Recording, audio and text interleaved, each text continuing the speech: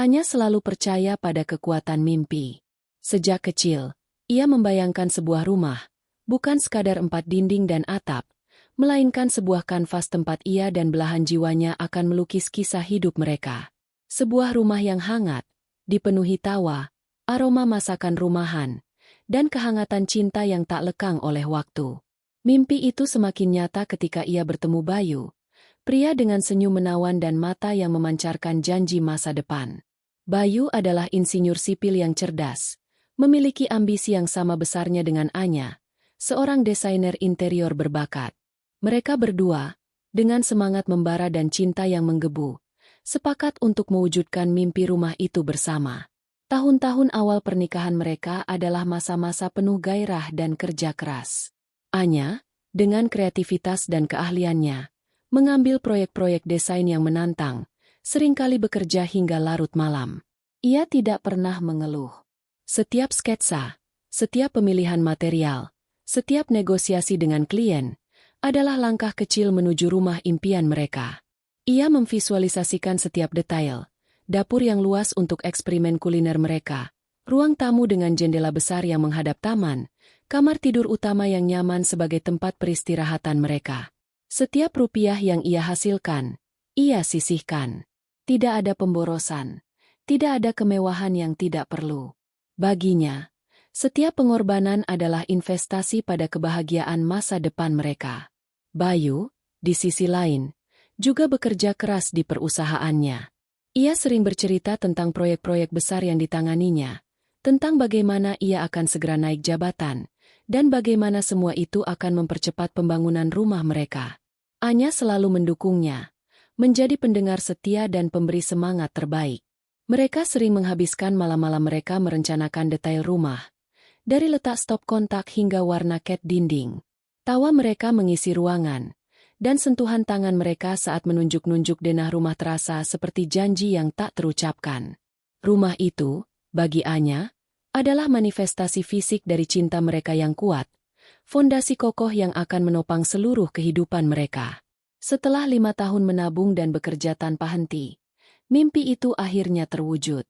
Tanah di pinggir kota, dengan pemandangan hijau yang menenangkan, telah terbeli. Desain rumah sudah final, dan pembangunan pun dimulai. Anya adalah pengawas paling teliti. Setiap hari sepulang kerja, ia akan mampir ke lokasi pembangunan, memastikan setiap detail sesuai dengan visinya. Ia bahkan ikut campur tangan dalam pemilihan batu bata, ubin, hingga jenis kayu untuk kusen jendela. Tangannya kotor, wajahnya dipenuhi debu, tetapi hatinya meluap-luap dengan kebahagiaan. Ini adalah rumah mereka, hasil jerih payah dan cinta mereka. Namun, seiring berjalannya waktu, seiring rumah itu perlahan berdiri tegak, ada perubahan halus yang mulai merayap dalam hubungan mereka. Bayu, yang dulunya begitu antusias, kini seringkali absen dari kunjungan ke lokasi pembangunan. Ia punya alasan, rapat mendadak, proyek mendesak, atau kelelahan. Anya mencoba memahami. Ia tahu Bayu juga bekerja keras. Tapi, senyumnya yang dulu selalu menyambutnya kini terasa lebih tipis. Tatapan matanya seringkali kosong, seolah pikirannya melayang jauh. Malam-malam yang dulu diisi dengan obrolan ringan dan rencana masa depan, kini lebih sering dihabiskan Anya sendirian di ruang tamu yang masih kosong, menatap denah rumah sambil menunggu Bayu pulang. Jam dinding berdetak, menunjukkan angka yang semakin larut. Ketika Bayu akhirnya tiba, ia akan langsung menuju kamar, terkadang tanpa sepatah kata pun, hanya gumaman lelah. Sentuhan fisik mereka berkurang, percakapan mereka menjadi dangkal, dan tawa mereka yang dulu mengisi setiap sudut rumah kini jarang terdengar.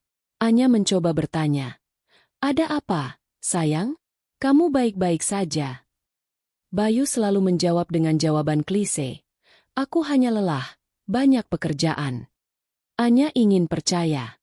Ia mencoba meyakinkan dirinya bahwa ini hanyalah fase, tekanan pekerjaan yang menumpuk. Ia bahkan mencoba untuk lebih memanjakan Bayu, menyiapkan makanan kesukaannya, memijat bahunya yang kaku, atau sekadar menemaninya menonton televisi tanpa banyak bicara. Ia berpikir, mungkin ia terlalu fokus pada rumah, terlalu menuntut. Tapi, jauh di lubuk hatinya, sebuah bisikan kecil mulai tumbuh.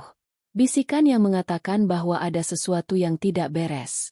Ada jarak yang tak terlihat, namun terasa begitu nyata, memisahkan mereka berdua. Rumah impian mereka hampir selesai, berdiri megah dan indah, tetapi fondasi cinta yang seharusnya menopangnya justru terasa semakin rapuh, terancam oleh keretakan yang tak terlihat. Anya mulai merasakan dinginnya kesepian di tengah rumah yang seharusnya menjadi sarang kehangatan. Bisikan kecil di hati Anya semakin nyaring, berubah menjadi desakan yang tak bisa diabaikan. Perubahan sikap Bayu, kelelahan yang tak kunjung usai, dan tatapan mata kosongnya mulai mengikis keyakinan Anya. Ia mencoba menepisnya, menyalahkan dirinya sendiri karena terlalu sensitif atau terlalu menuntut. Namun, naluri seorang istri, yang telah menghabiskan bertahun-tahun berbagi setiap detail hidup dengan suaminya, tidak bisa dibohongi. Ada sesuatu yang salah, sangat salah. Suatu malam, Bayu pulang lebih larut dari biasanya. Jam menunjukkan pukul 2 dini hari. Anya, yang tak bisa tidur, berpura-pura terlelap di sampingnya. Bayu masuk kamar dengan sangat hati-hati, berusaha tidak membuat suara. Ia meletakkan ponselnya di nakas. Layarnya menyala sebentar, menampilkan notifikasi pesan masuk. Dalam remang-remang kamar, Anya melihat sekilas nama pengirim, Luna. Jantungnya berdebar kencang. Luna? Siapa Luna?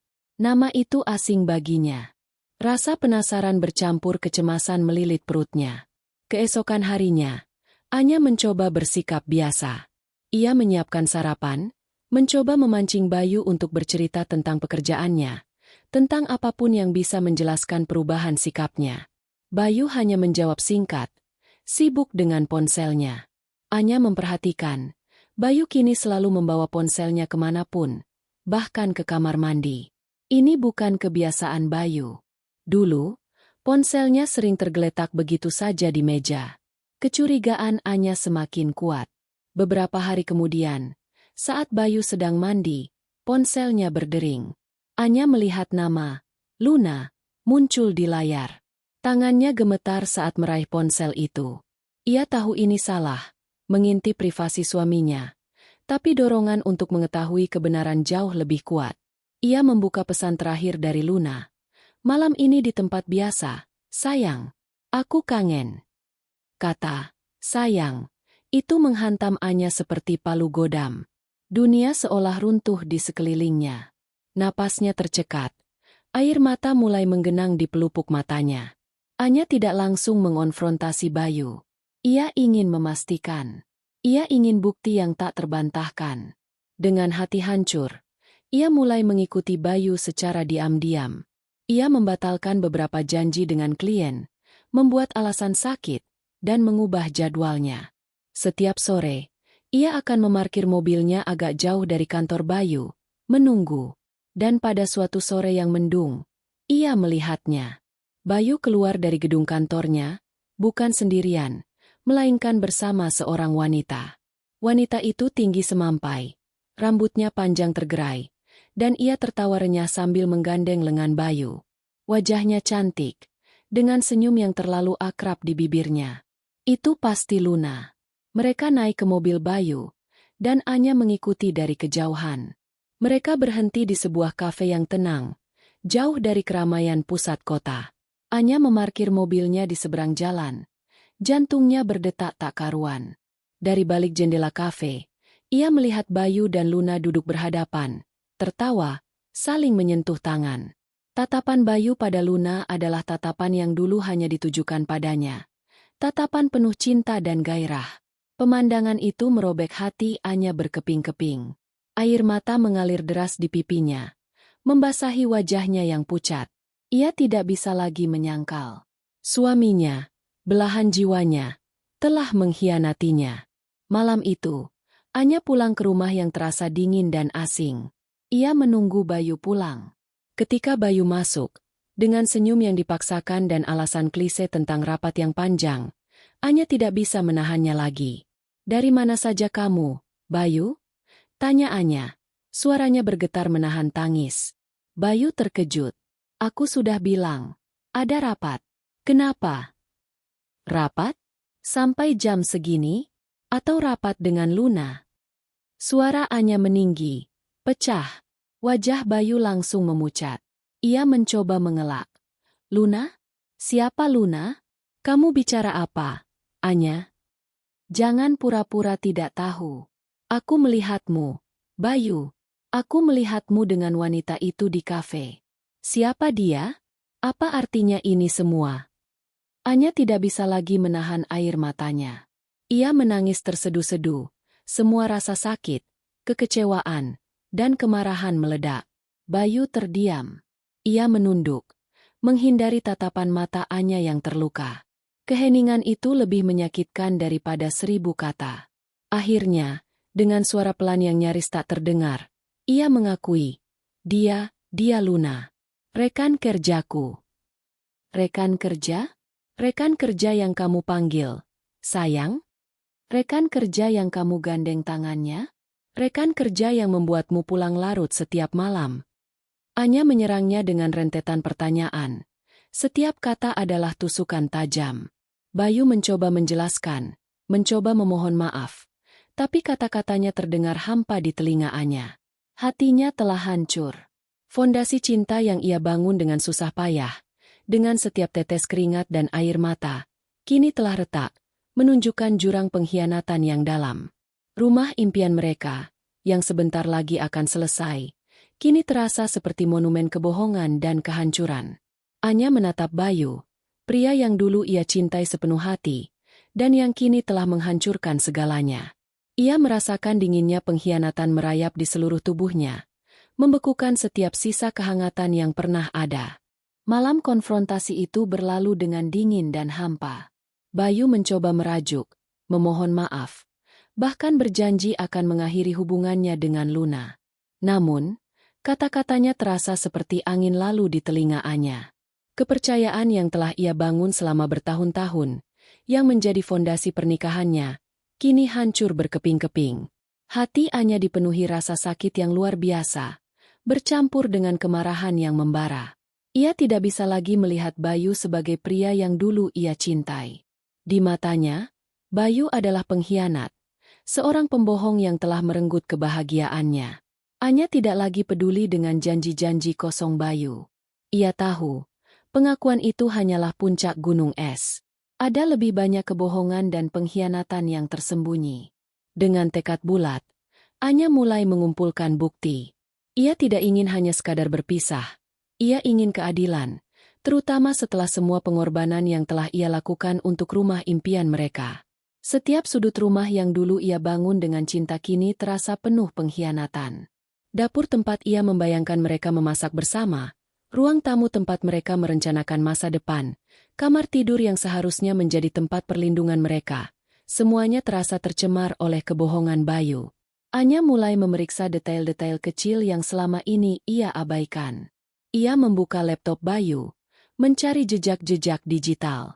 Ia menemukan pesan-pesan lama, foto-foto, dan bahkan tagihan hotel yang tersembunyi. Setiap penemuan baru adalah tusukan tajam yang memperdalam luka di hatinya. Dari pesan-pesan itu, Anya mengetahui bahwa perselingkuhan Bayu dengan Luna sudah berlangsung lebih dari setahun. Bukan hanya sekadar rekan kerja atau kesalahan sesaat. Ini adalah hubungan yang terencana dan mendalam. Mereka sering bertemu di luar jam kerja, menghabiskan akhir pekan bersama, bahkan merayakan ulang tahun Luna di sebuah resor mewah yang dulu Anya impikan untuk merayakan ulang tahun pernikahan mereka. Yang paling menyakitkan adalah kenyataan bahwa Bayu tidak hanya mengkhianatinya secara emosional dan fisik, tetapi juga secara finansial. Anya menemukan bahwa Bayu telah menggunakan sebagian besar tabungan bersama mereka, yang seharusnya dialokasikan untuk cicilan rumah dan kebutuhan masa depan, untuk membiayai gaya hidup mewahnya bersama Luna. Ada transaksi-transaksi mencurigakan, pembelian barang-barang mahal, dan perjalanan-perjalanan yang tidak pernah ia ketahui. Uang yang ia kumpulkan dengan susah payah, dari keringat dan air matanya, telah disalahgunakan untuk memuaskan nafsu Bayu dan selingkuhannya. Puncaknya, Anya menemukan sebuah percakapan antara Bayu dan Luna yang membuat darahnya mendidih. Mereka tidak hanya berencana untuk menikah, Tetapi mereka juga berencana untuk melangsungkan pernikahan di rumah yang sedang dibangun itu. Rumah yang Anya bangun dengan tangannya sendiri, dengan jiwanya, dengan setiap impiannya. Mereka bahkan sudah membahas detail dekorasi, daftar tamu, dan bagaimana mereka akan mengubah salah satu kamar menjadi kamar anak mereka kelak.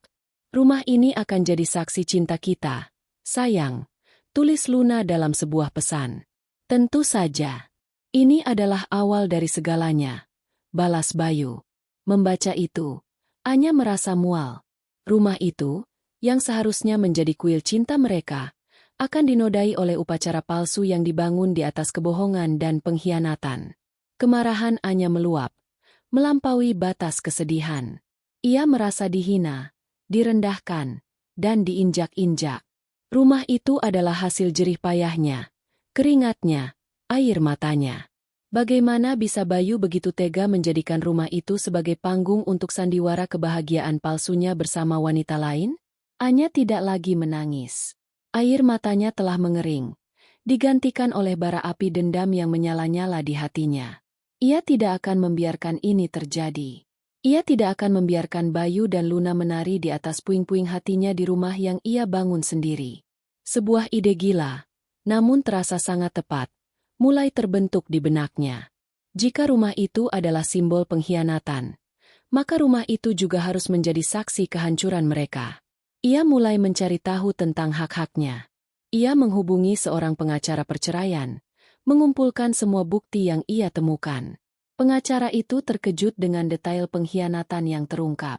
Anya menjelaskan semuanya, dengan suara tenang namun penuh tekad. Ia tidak ingin hanya sekadar cerai. Ia ingin Bayu dan Luna merasakan konsekuensi dari perbuatan mereka. Terutama, ia ingin memastikan bahwa rumah itu, hasil jerih payahnya, tidak akan pernah menjadi tempat kebahagiaan bagi pasangan pengkhianat itu. Setiap hari yang berlalu, kemarahan Anya semakin mengkristal menjadi rencana yang matang. Ia tidak lagi melihat rumah itu sebagai rumah impiannya, melainkan sebagai medan perang di mana ia akan merebut kembali harga dirinya. Dinding-dinding yang dulu ia sentuh dengan penuh harapan, kini ia pandang dengan tatapan dingin, penuh perhitungan. Pengkhianatan Bayu telah mengubah Anya. Dari seorang wanita yang penuh cinta dan harapan, ia kini menjadi sosok yang dipenuhi tekad baja, siap melakukan apa saja untuk mendapatkan keadilan. Bara api dendam yang menyala di hati Anya kini telah berubah menjadi kobaran api yang membakar setiap selnya. Air mata telah mengering, digantikan oleh tekad baja yang dingin dan perhitungan. Setelah malam konfrontasi yang hampa dan penemuan bukti-bukti pengkhianatan Bayu, Anya tidak lagi merasakan kesedihan yang melumpuhkan. Yang tersisa hanyalah kemarahan yang membara dan keinginan kuat untuk membalas dendam, bukan hanya untuk dirinya sendiri, tetapi untuk setiap tetes keringat dan air mata yang ia curahkan untuk rumah impian mereka. Rumah itu, yang dulunya adalah simbol cinta dan harapan, kini menjadi medan perang. Anya tidak akan membiarkan Bayu dan Luna menari di atas puing-puing hatinya di tempat yang ia bangun dengan susah payah. Sebuah rencana, yang awalnya hanya berupa kilasan ide gila, kini mulai terbentuk dengan jelas di benaknya. Ini bukan hanya tentang perceraian, ini tentang keadilan, tentang merebut kembali harga dirinya, dan tentang memastikan Bayu dan Luna merasakan konsekuensi dari perbuatan mereka. Langkah pertama Anya adalah mencari nasihat hukum yang tepat. Ia tidak ingin gegabah. Dengan rekomendasi dari seorang teman lama, ia bertemu dengan Ibu Renata, seorang pengacara perceraian senior yang terkenal dengan ketegasannya. Anya membawa semua bukti yang ia kumpulkan, tangkapan layar percakapan Bayu dan Luna, daftar transaksi keuangan mencurigakan, bahkan foto-foto mereka berdua di kafe. Ibu Renata mendengarkan dengan seksama, sesekali mengangguk, dan sesekali pula menunjukkan ekspresi terkejut.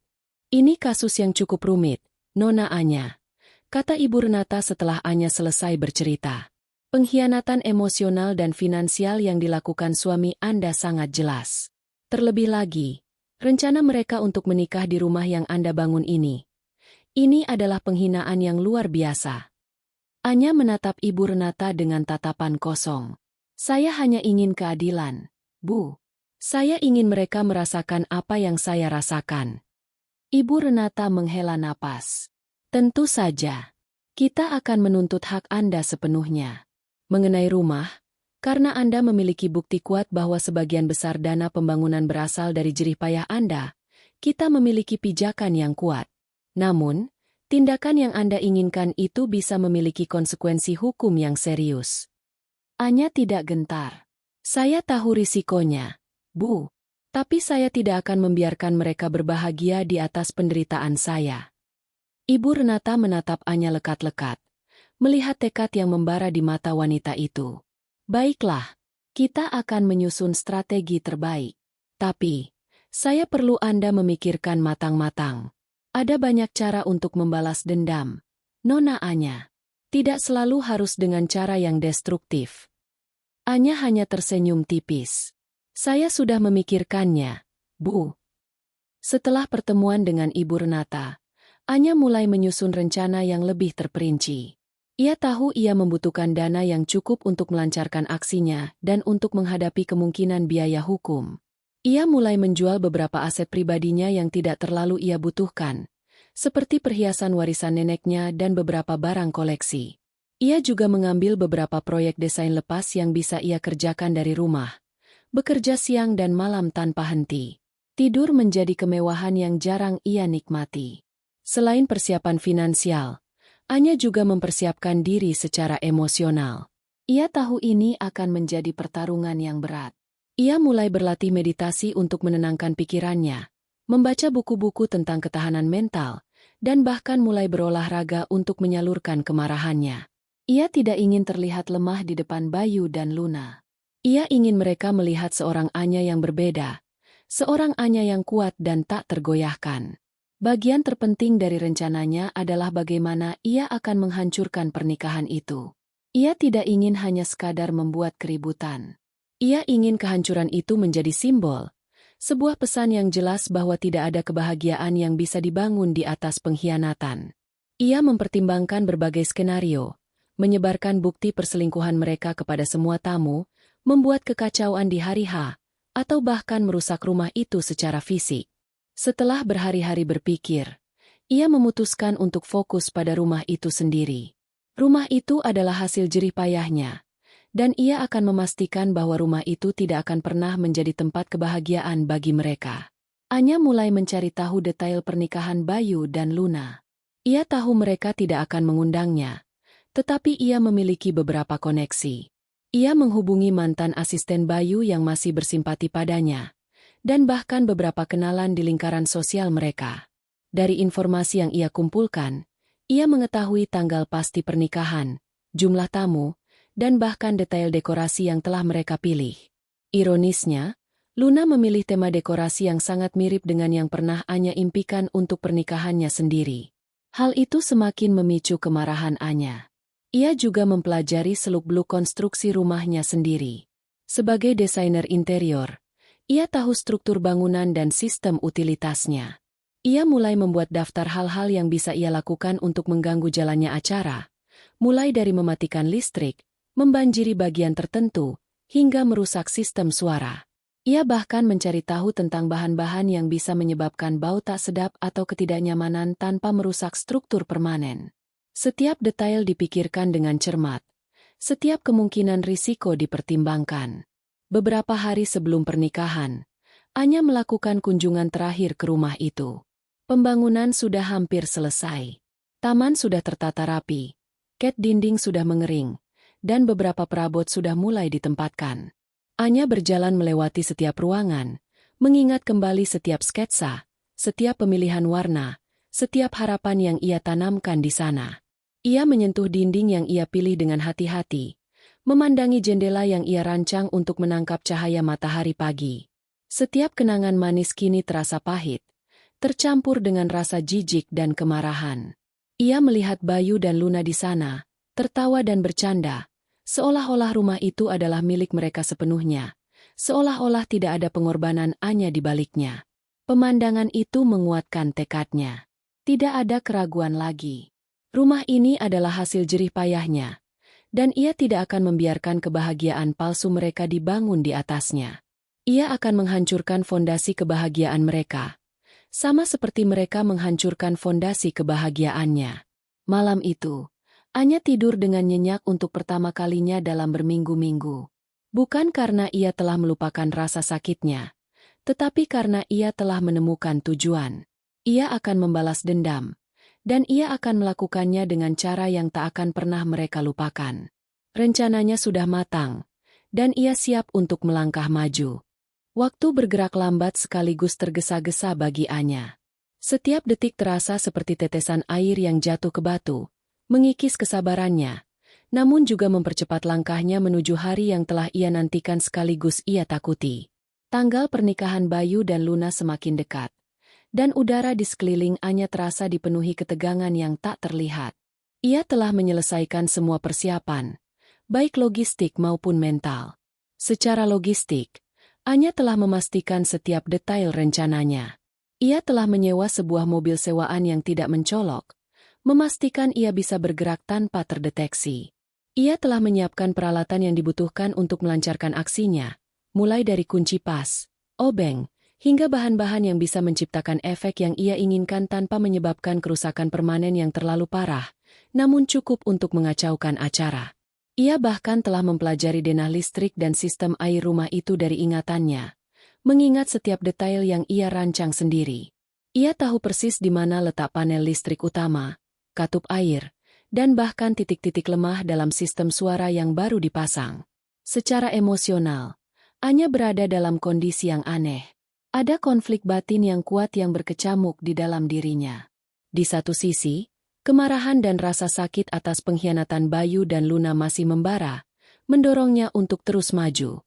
Ia membayangkan wajah terkejut mereka, kehancuran acara yang telah mereka impikan, dan kepuasan yang akan ia rasakan saat melihat kebahagiaan palsu mereka runtuh. Ini adalah balas dendam yang ia yakini pantas mereka dapatkan.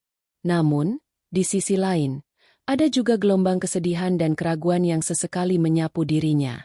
Rumah itu, seburuk apapun kenangan yang kini melekat padanya, tetaplah hasil jerih payahnya, impiannya yang pernah ia bangun dengan cinta. Ada momen-momen di mana ia bertanya pada dirinya sendiri, apakah ini benar-benar yang ia inginkan? Apakah kehancuran ini akan benar-benar membawa kedamaian baginya?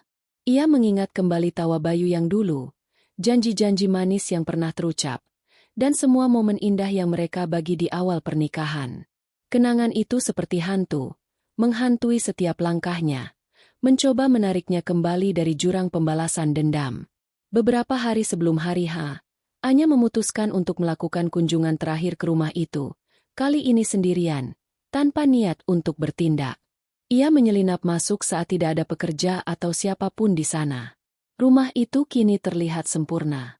Taman yang indah, cat dinding yang cerah, dan interior yang sebagian besar sudah tertata. Ia berjalan perlahan dari satu ruangan ke ruangan lain, menyentuh dinding, memandang keluar jendela.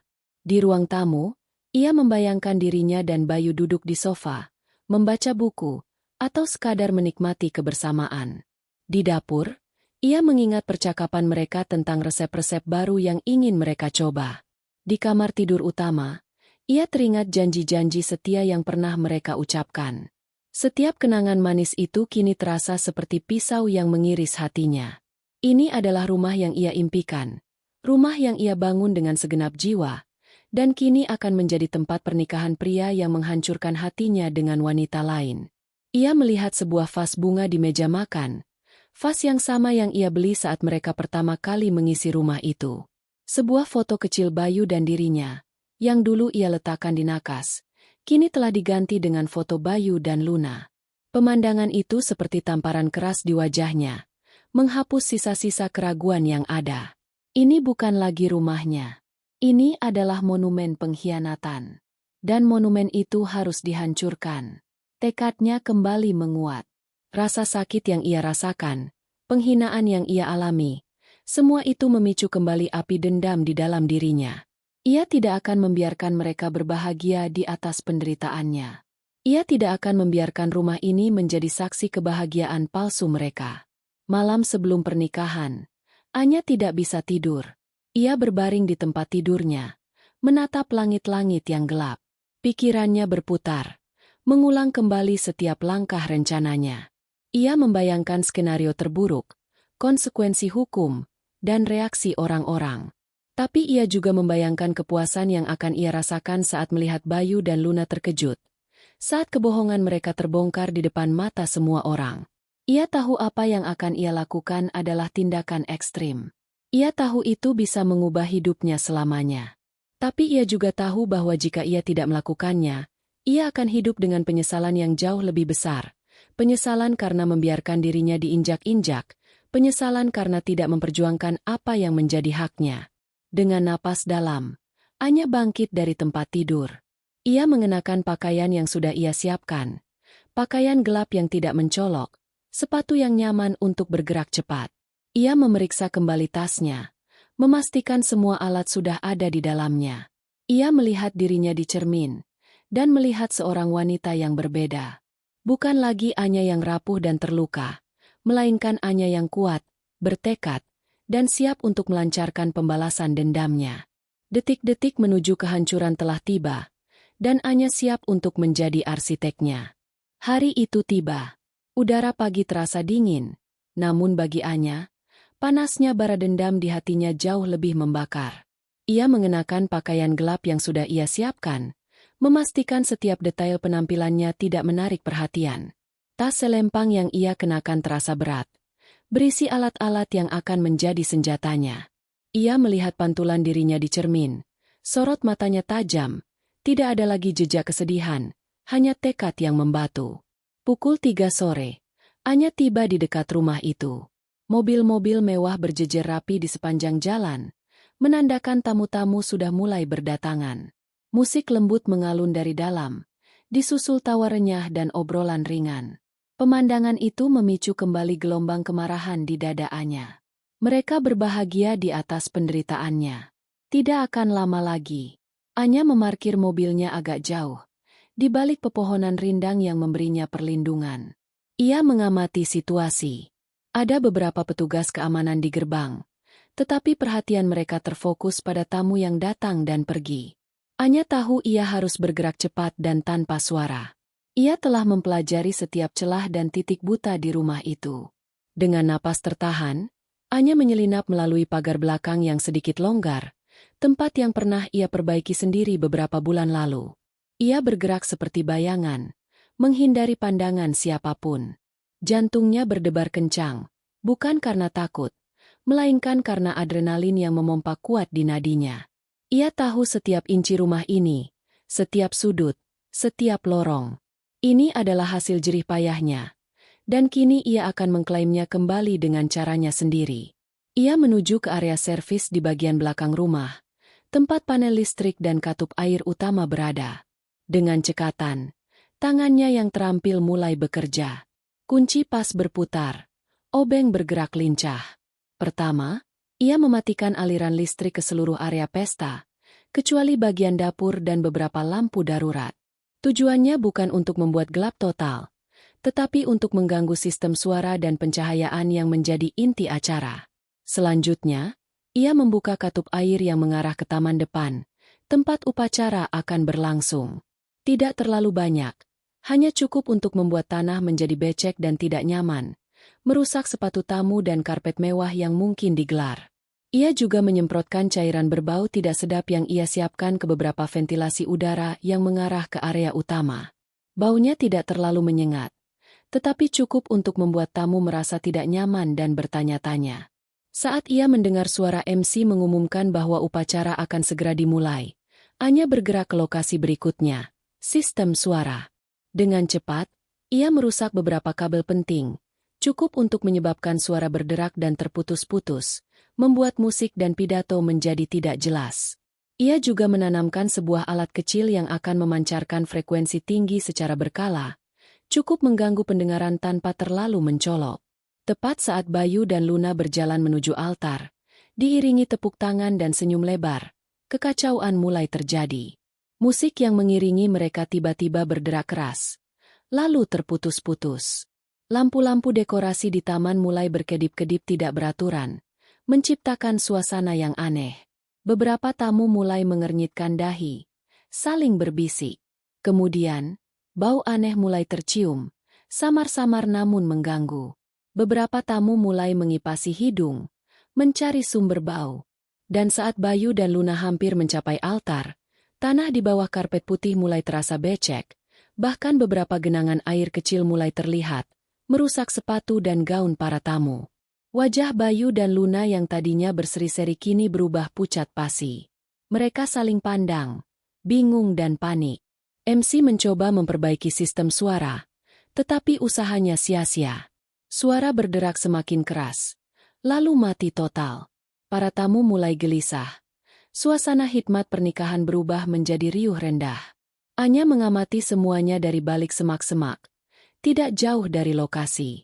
Ia melihat kepanikan di mata Bayu, kekecewaan di wajah Luna. Sebuah senyum tipis terukir di bibirnya. Ini adalah pembalasan yang ia inginkan. Ia merasakan campuran kepuasan yang dingin dan kesedihan yang mendalam. Puas karena ia telah berhasil merusak kebahagiaan palsu mereka. Tetapi sedih karena rumah yang ia bangun dengan cinta kini menjadi saksi kehancuran dan dendam. Bayu mencoba menenangkan para tamu, tetapi usahanya sia-sia. Kekacauan semakin menjadi-jadi. Beberapa tamu mulai meninggalkan tempat, merasa tidak nyaman dengan bau dan kondisi yang becek. Pesta pernikahan yang seharusnya menjadi momen bahagia kini berubah menjadi bencana. Anya tidak menunggu lebih lama. Misinya selesai. Ia berbalik, meninggalkan rumah itu, meninggalkan kekacauan yang telah ia ciptakan. Ia berjalan menjauh. Suara musik yang terputus-putus dan keributan para tamu perlahan memudar di belakangnya. Ia tidak menoleh ke belakang. Ia telah menghancurkan rumah tempat pernikahan suaminya bersama selingkuhannya. Karena itu adalah hasil jerih payahnya.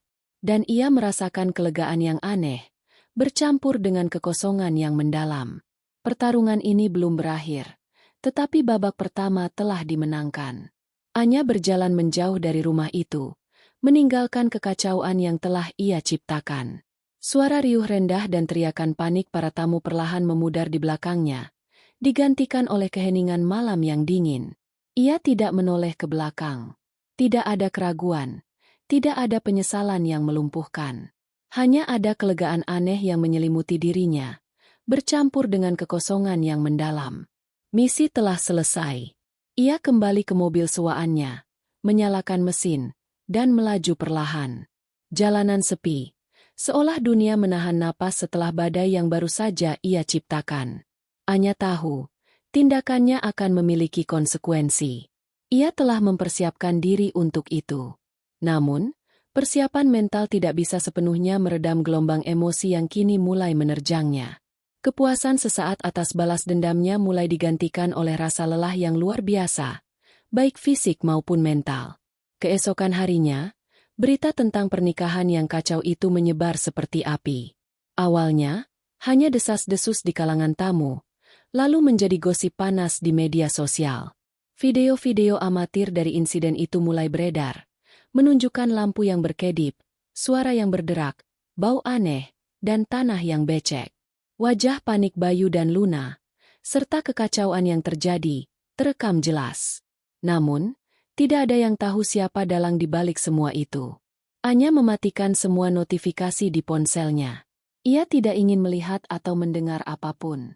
Ia tahu media akan mulai mencari tahu, dan ia harus tetap tenang. Ia menghabiskan hari itu dengan membersihkan semua jejak, membuang pakaian yang ia kenakan, membersihkan alat-alatnya, dan mengembalikan mobil sewaan. Ia mencoba menjalani rutinitas normal, meskipun pikirannya terus berputar. Tidak butuh waktu lama bagi Bayu untuk mencurigai Anya. Ia tahu Anya adalah satu-satunya orang yang memiliki akses dan pengetahuan tentang seluk-beluk rumah itu, dan satu-satunya yang memiliki motif sekuat itu. Beberapa hari setelah insiden itu, Anya menerima panggilan dari Ibu Renata. "Nona Anya, Bayu telah mengajukan laporan polisi. Ia menuduh Anda melakukan perusakan properti dan mengganggu acara publik," kata Ibu Renata dengan nada serius. Anya menghela napas. "Saya sudah menduganya, Bu.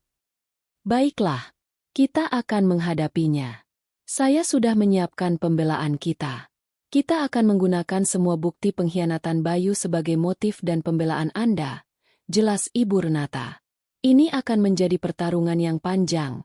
Nona Anya, Anda siap?" "Saya siap," Bu, jawab Anya. Suaranya mantap. Sementara Anya mempersiapkan diri untuk pertarungan hukum, Bayu dan Luna juga menghadapi badai mereka sendiri.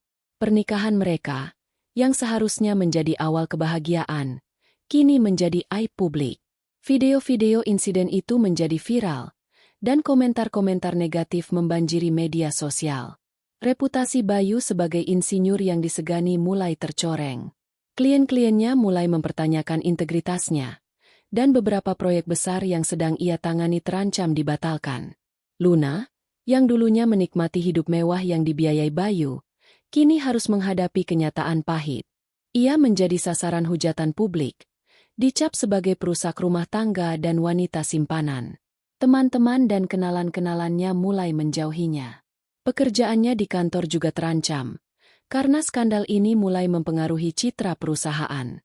Hubungan Bayu dan Luna, yang dibangun di atas kebohongan, mulai retak di bawah tekanan. Mereka saling menyalahkan atas bencana yang terjadi. Bayu menuduh Luna terlalu memaksakan pernikahan di rumah itu, sementara Luna menuduh Bayu tidak becus mengelola masalahnya dengan Anya. Pertengkaran demi pertengkaran terjadi, mengungkap sisi-sisi gelap dari hubungan mereka yang rapuh. Kebahagiaan palsu yang mereka pamerkan kini hancur, digantikan oleh kecurigaan, kemarahan, dan ketidakpastian. Anya mendengar kabar-kabar itu dari teman-temannya yang bersimpati. Ia tidak merasakan kepuasan yang membuncah seperti yang ia bayangkan. Sebaliknya, ia merasakan kekosongan yang aneh. Melihat penderitaan mereka tidak serta-merta menyembuhkan lukanya. Ia menyadari bahwa balas dendam, meskipun memuaskan sesaat, tidak akan pernah bisa mengembalikan apa yang telah hilang. Ia mulai menghadiri sesi terapi yang direkomendasikan Ibu Renata. Di sana, ia mulai membuka diri tentang rasa sakitnya, kemarahannya, dan pengkhianatan yang ia alami. Terapis membantunya memahami bahwa tindakan yang ia lakukan, meskipun ekstrim, adalah respons terhadap trauma yang mendalam. Anya mulai menyadari bahwa ia tidak hanya menghancurkan rumah itu, tetapi juga telah menghancurkan sebagian dari dirinya sendiri dalam prosesnya. Meskipun menghadapi tuntutan hukum dan sorotan publik, Anya merasa sedikit lebih ringan. Beban rahasia yang ia pikul telah terangkat. Ia tahu jalan di depannya akan sulit, tetapi ia tidak lagi sendirian. Dukungan dari Ibu Renata, teman-teman, dan terapisnya memberinya kekuatan untuk menghadapi badai yang akan datang. Rumah itu mungkin telah hancur, tetapi Anya mulai menemukan fondasi baru untuk dirinya sendiri, fondasi yang dibangun di atas kejujuran, penerimaan, dan proses penyembuhan yang panjang. Badai yang diciptakan Anya memang dahsyat, dan kini ia harus menghadapi gelombang pasang dari konsekuensinya. Laporan polisi yang diajukan Bayu membawa Anya ke meja hijau, sebuah arena baru yang sama sekali berbeda dari medan perang yang ia kenal. Namun, Anya tidak gentar. Ia telah mempersiapkan diri untuk ini, dan di sampingnya berdiri Ibu Renata, pengacara yang tangguh dan penuh strategi. Persidangan dimulai dengan atmosfer yang tegang. Bayu, didampingi pengacaranya, tampil sebagai korban, menceritakan bagaimana pernikahannya hancur karena tindakan vandalisme yang disengaja. Ia mencoba menggambarkan Anya sebagai wanita yang cemburu dan tidak stabil, yang tidak bisa menerima kenyataan. Luna, dengan wajah pucat dan mata sembab, juga memberikan kesaksian, mendukung narasi Bayu dan menambahkan detail tentang kerugian finansial dan reputasi yang mereka alami. Namun, Ibu Renata adalah lawan yang tangguh. Dengan tenang dan sistematis, ia mulai membongkar narasi Bayu. Ia menghadirkan bukti-bukti yang telah Anya kumpulkan, pesan-pesan mesra antara Bayu dan Luna, tagihan hotel, bukti transfer dana yang mencurigakan, dan yang paling penting, bukti bahwa sebagian besar dana pembangunan rumah itu berasal dari jerih payah Anya. Ibu Renata berargumen bahwa tindakan Anya bukanlah sekadar perusakan properti, melainkan sebuah respons emosional yang ekstrim terhadap pengkhianatan yang mendalam dan berlarut-larut. Tindakan klien saya mungkin terlihat ekstrim, kata Ibu Renata di hadapan hakim, suaranya tegas namun penuh empati. Namun, kita harus melihat konteks di baliknya. Bayangkan, Yang Mulia, seorang wanita yang menghabiskan bertahun-tahun hidupnya, mengorbankan setiap sen, setiap jam, setiap impian, untuk membangun sebuah rumah. Rumah itu bukan hanya bangunan, melainkan simbol cinta, kesetiaan, dan masa depan yang ia bayangkan bersama suaminya. Dan kemudian, ia menemukan bahwa suaminya tidak hanya berselingkuh, tetapi juga berencana menggunakan rumah itu, hasil jerih payahnya, sebagai panggung untuk pernikahan palsunya dengan wanita lain.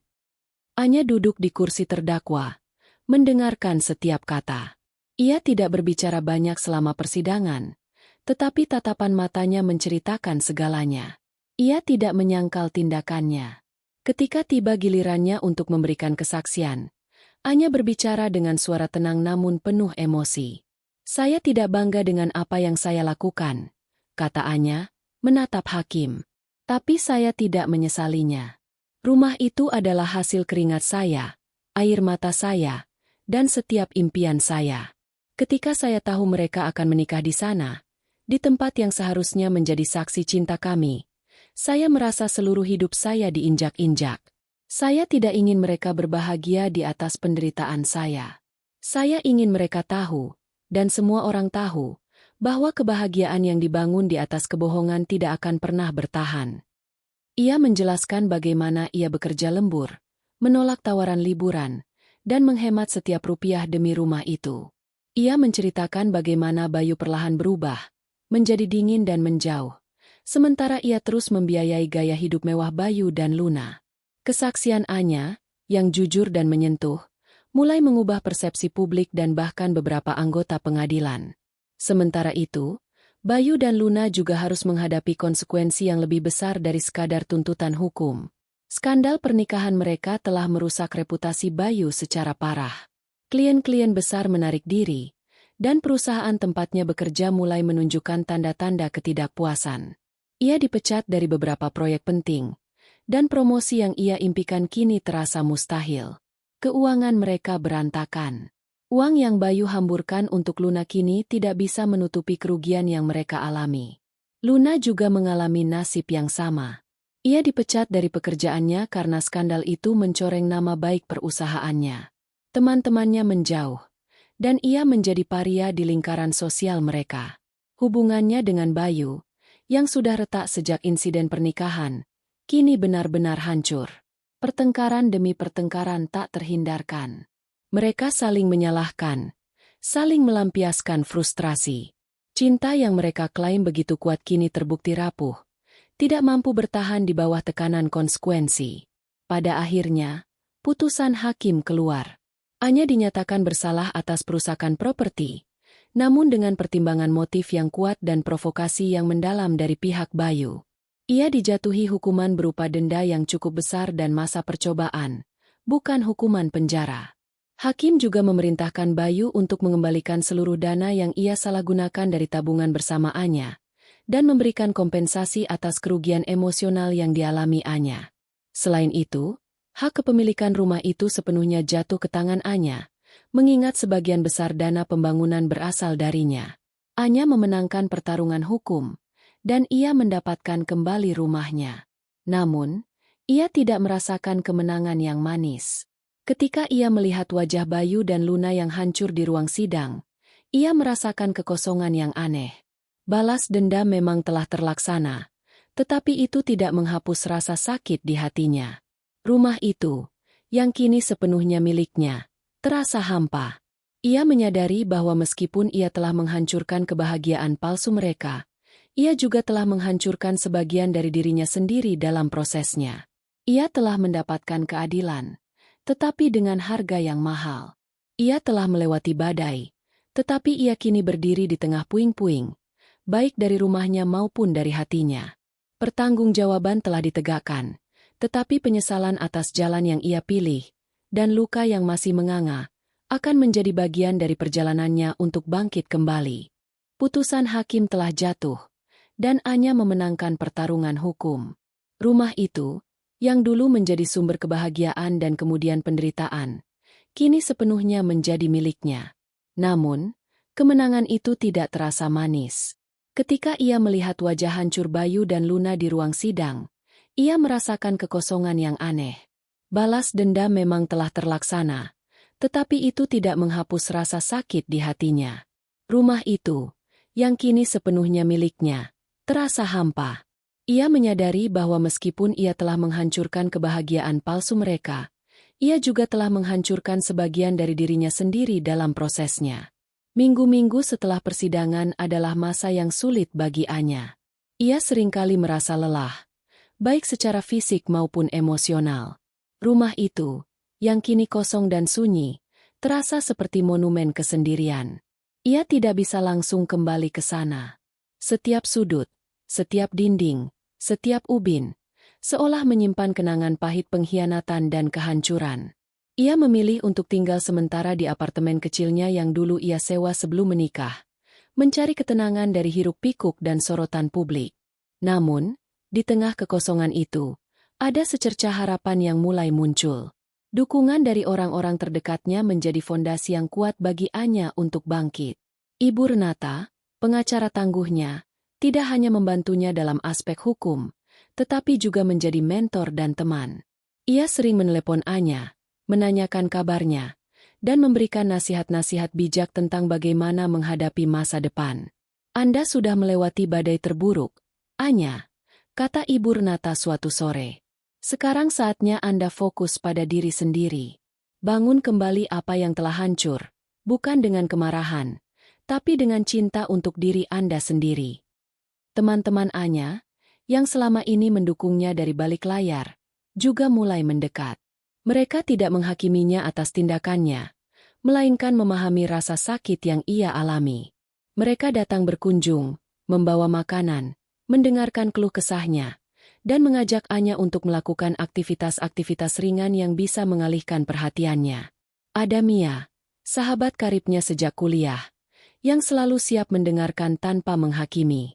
Ada juga Rina, rekan kerjanya, yang memberinya semangat untuk kembali menekuni karir desainnya. Anya mulai kembali ke sesi terapinya secara rutin. Terapisnya, seorang wanita parubaya yang bijaksana, membantunya memproses trauma dan kemarahan yang selama ini terpendam. Anya belajar untuk mengakui rasa sakitnya, bukan menekannya. Ia belajar bahwa memaafkan bukanlah melupakan, tetapi melepaskan beban emosional yang membelenggunya. Perlahan tapi pasti, luka di hatinya mulai mengering, meskipun bekasnya akan selalu ada. Ia juga mulai fokus pada karirnya. Selama ini, ia terlalu banyak menginvestasikan energinya pada rumah dan pernikahannya. Kini, ia mengalihkan fokus itu pada passionnya, desain interior. Ia mulai menerima proyek-proyek kecil, merancang ulang ruangan, memilih warna, dan menciptakan suasana yang nyaman bagi kliennya. Setiap proyek baru adalah langkah kecil menuju pemulihan. Ia menemukan kembali kegembiraan dalam pekerjaannya, kegembiraan yang sempat hilang di telan badai. Anya juga mulai menemukan gairah baru di luar pekerjaannya. Ia bergabung dengan klub buku, mengikuti kelas yoga, dan bahkan mulai belajar melukis. Aktivitas-aktivitas ini membantunya bertemu orang-orang baru, memperluas lingkaran sosialnya, dan menemukan kembali sisi dirinya yang ceria dan penuh semangat. Ia menyadari bahwa kebahagiaan tidak hanya datang dari hubungan romantis atau kepemilikan materi, tetapi juga dari pertumbuhan pribadi dan eksplorasi diri. Suatu hari, Anya memberanikan diri untuk kembali ke rumah itu. Ia berjalan perlahan, dari gerbang depan hingga ke setiap ruangan. Rumah itu kini terasa berbeda.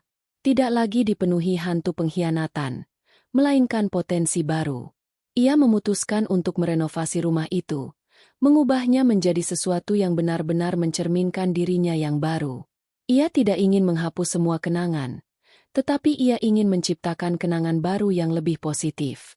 Ia mulai merancang ulang interiornya, memilih warna-warna yang menenangkan, menambahkan sentuhan-sentuhan personal yang mencerminkan perjalanannya. Proses renovasi itu menjadi terapi baginya. Setiap palu yang ia ayunkan, setiap kuasket yang ia sapukan, adalah simbol dari proses membangun kembali dirinya sendiri. Ia tidak lagi membangun rumah untuk orang lain, tetapi untuk dirinya sendiri. Anya belajar bahwa nilai dirinya tidak ditentukan oleh rumah atau hubungan yang hancur, melainkan oleh kekuatan dan ketahanannya. Ia telah melewati masa-masa tergelap dalam hidupnya, dan ia berhasil bangkit. Ia mungkin tidak lagi memiliki Bayu, dan rumah impian yang ia bangun bersamanya telah ternoda, Tetapi ia memiliki dirinya sendiri, lebih kuat dan lebih bijaksana dari sebelumnya. Babak baru dalam hidupnya telah dimulai, dan Anya siap untuk menulis kisah kebahagiaan yang sesungguhnya, yang datang dari dalam dirinya. Waktu adalah penyembuh yang paling bijaksana. Bulan-bulan berlalu, dan Anya terus bergerak maju, perlahan tapi pasti. Rumah yang dulu menjadi saksi kehancuran kini mulai menunjukkan wajah barunya, mencerminkan jiwa Anya yang telah pulih dan bertransformasi. Dinding-dinding yang dulu dipenuhi kenangan pahit kini dicat dengan warna-warna cerah yang menenangkan. Perabot-perabot baru mengisi ruang, dan taman yang dulu becek di hari pernikahan Bayu kini ditata ulang dengan bunga-bunga yang bermekaran. Proses renovasi itu adalah metafora dari perjalanannya sendiri, membangun kembali dari puing-puing, dengan setiap sentuhan adalah langkah menuju kedamaian. Anya tidak lagi terbebani oleh bayang-bayang masa lalu. Ia telah memaafkan Bayu dan Luna, bukan demi mereka, tetapi demi dirinya sendiri. Pengampunan itu membebaskannya dari belenggu kemarahan dan dendam yang selama ini mengikatnya. Ia menyadari bahwa kebahagiaan sejati tidak bisa ditemukan dalam pembalasan, melainkan dalam penerimaan dan kemampuan untuk melepaskan. Karir Anya berkembang pesat. Proyek-proyek desainnya semakin diminati, dan ia dikenal sebagai desainer interior yang tidak hanya berbakat, tetapi juga memiliki kisah inspiratif di baliknya. Ia sering diundang untuk berbicara di seminar-seminar, berbagi pengalamannya tentang ketahanan dan bagaimana bangkit dari keterpurukan. Kisahnya menjadi inspirasi bagi banyak wanita yang pernah mengalami pengkhianatan serupa. Di luar pekerjaan, kehidupan sosial Anya juga semakin kaya.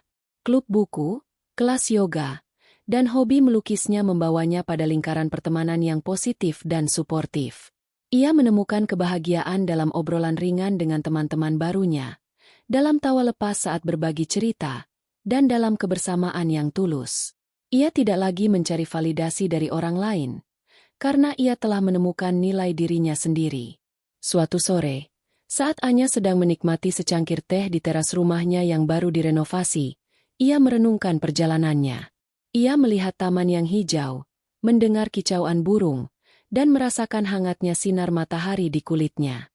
Rumah ini, yang dulu ia bangun untuk 2 orang, kini menjadi tempat perlindungan bagi dirinya sendiri. Ia telah mengubahnya menjadi sebuah oase kedamaian, tempat ia bisa tumbuh dan berkembang. Ia belum menemukan cinta yang baru, dan ia tidak merasa terburu-buru. Ia belajar bahwa cinta sejati dimulai dari mencintai diri sendiri. Ia telah melewati masa-masa yang sangat sulit, dan ia bangga dengan dirinya sendiri karena telah berhasil melewatinya. Ia telah kehilangan banyak hal, tetapi ia juga telah menemukan banyak hal yang lebih berharga. Kekuatan batin, kemandirian, dan kedamaian sejati. Anya menyadari bahwa kebahagiaan yang sesungguhnya bukanlah tentang memiliki pasangan yang sempurna atau rumah impian yang megah. Kebahagiaan sejati adalah tentang menemukan kedamaian di dalam diri sendiri, tentang menerima masa lalu, dan tentang berani melangkah maju menuju masa depan yang lebih cerah. Ia telah menghancurkan rumah yang dibangun di atas kebohongan, dan dari puing-puing itu, ia telah membangun kembali kehidupannya sendiri, sebuah kehidupan yang penuh makna, kebahagiaan, dan cinta yang tulus untuk dirinya sendiri. Ia tersenyum. Babak baru dalam hidupnya telah dimulai, dan Anya siap untuk menulis kisah kebahagiaan yang sesungguhnya, yang datang dari dalam dirinya, lebih indah dan lebih kuat dari yang pernah ia bayangkan.